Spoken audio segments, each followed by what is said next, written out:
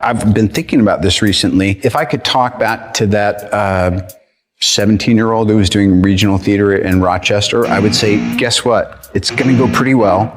It's going to be a lot of ups and downs. I'm not going to tell you the specifics because you get too scared, but it turns out in a good place, and it never will get better than it is right now. So just appreciate where you are. Essentially, and I would say this to anybody, is that, you know, it's really, it's easy to embrace hopelessness when things seem insurmountable, and yet it's actually just a matter of time until all of the elements come together for things to be all right. I mean, I believe that, you know, most difficult situations will resolve themselves if you are persistent and if you don't give up entirely. And that's what I never did. I never gave up.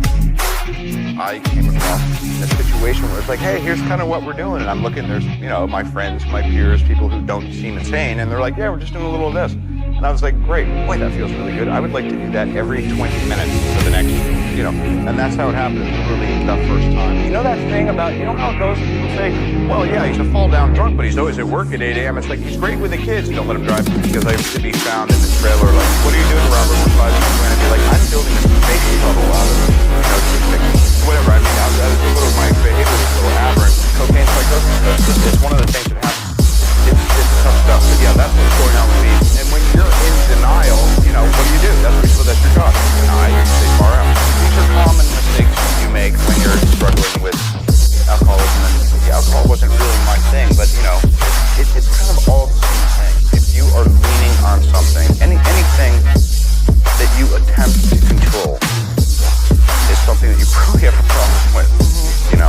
And so when someone says, you know, I really wonder if maybe I should go to rehab. Well, you're a wreck, you just lost your job and your wife left you. You might want to give it a shot. What's humbling is to have to live your life for some reason that is yet to be explained to me by God in such a public way when so much of it is so humiliating and embarrassing. So by the time I got into prison, it wasn't like, wow, this is the worst thing that's ever happened to me.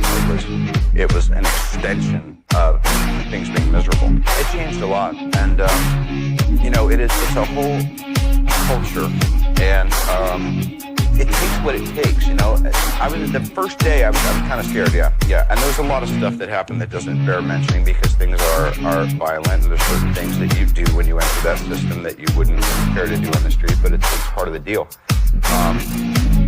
I just took full advantage of it. I mean, it's strange to say, but you know, even though it wasn't the end of my struggle, you know, I made the best use of that time that I could, because they say if you don't do the time, it's time to do. I just happened to be in a situation the very last time, and I said, you know what, I don't think I can continue doing this. And I reached out for help, and I ran with it. You know, because you can reach out for help in kind of a half-assed way, and you'll get it, and you won't take advantage of it. Really, it is not that difficult to overcome these seemingly ghastly problems. What's hard is rather than living in fear of something that is within the realm of control, provided I don't imagine I'm running the show, and that I don't get into a position where I start becoming narcissistic and I'm not vigilant anymore.